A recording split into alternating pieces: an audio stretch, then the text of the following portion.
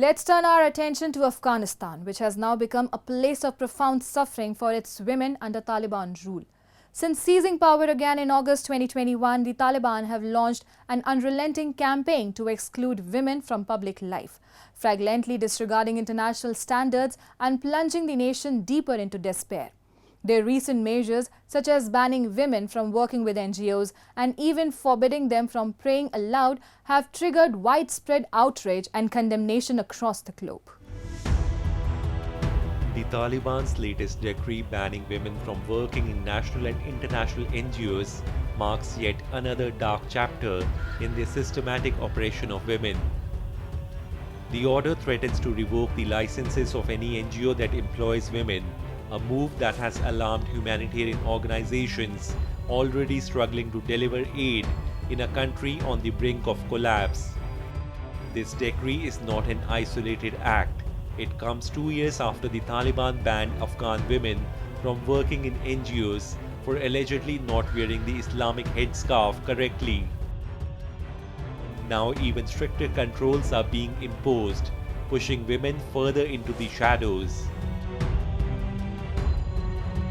We're deeply alarmed by the recent announcement by the de facto authorities in Afghanistan that they will revoke the licenses of NGOs if they continue to employ Afghan women. This is absolutely the wrong path. NGOs play a vital role in providing critical life-saving assistance to Afghan men, women, girls, and boys. And this measure will directly impact the ability of the population to receive humanitarian aid. We urge the de facto authorities in Afghanistan to reverse this deeply discriminatory decree and all other measures which seek to eradicate women and girls' access to education, work, and public services. No country can progress politically, economically, or socially while excluding half of their population from public life. For the future of Afghanistan, the de facto authorities must change course. The consequences of these policies are devastating. Afghanistan's humanitarian crisis is worsening, with over half the population living in poverty and dependent on aid. NGOs have been a lifeline, especially for women and children, who are the most vulnerable. The United Nations has warned that banning women from NGO roles will cripple relief efforts, as female workers are often essential in reaching marginalized communities. UN High Commissioner for Human Rights Volker Turk expressed deep alarm, stating, "I am deeply alarmed at the recent announcement by the de facto authorities in Afghanistan that non-governmental organizations' licenses will be revoked if they continue to employ Afghan women. This is absolutely the wrong path being taken by the de facto authorities. This is part of a broader pattern of repression. Women are barred from education beyond primary school, excluded from most professions, and prohibited from accessing public spaces such as parks and gyms."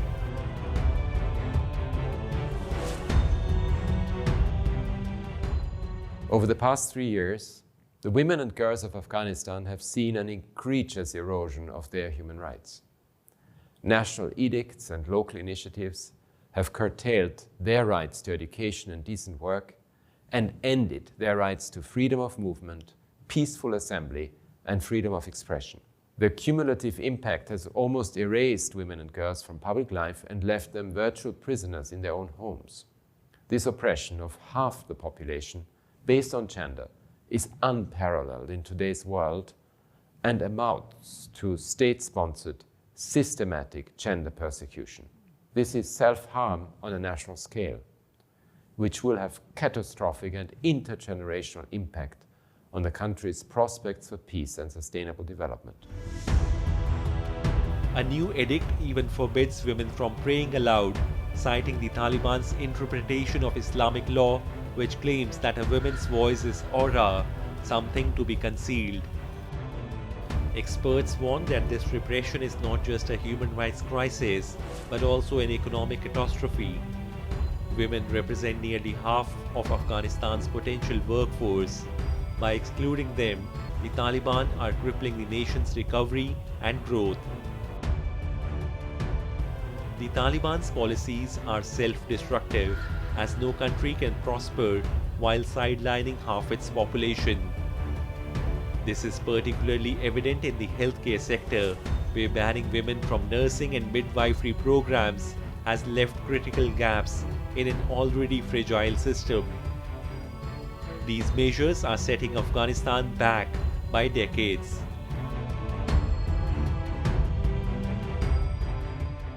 If you're removing women from nursing and midwifery especially, who is going to deliver those children? What happens when there is a pregnancy complication? Men aren't allowed to touch women or see women in hospitals. So when there is a complication, who are you going to, call for help? In fact, what's surprising about this is midwifery is a very traditional profession for women in Afghanistan. True, it wasn't formally a profession, but it certainly was a sort of informal profession in the sense that a village would have a midwife and go around. So if this is being barred, you're going to see these impacts on women's health, especially that of pregnant women, very, very soon. And the issue, of course, is there's not really going to be a backlash because, it's not a country where known for freedom of expression and things like that. Like I said, all of these are going to have a cumulative effect on Afghanistan being able to defend itself. It is going to weaken society. It is going to weaken the Taliban government itself. The international community has repeatedly condemned the Taliban's actions, but the regime remains defiant. While no country has formally recognized the Taliban government, economic and political engagements continue, often without conditions tied to women's rights. Activists are calling for stricter measures, urging global powers to make any engagement with the Taliban contingent on restoring women's rights. Without such pressure, Afghan women face an increasingly bleak future.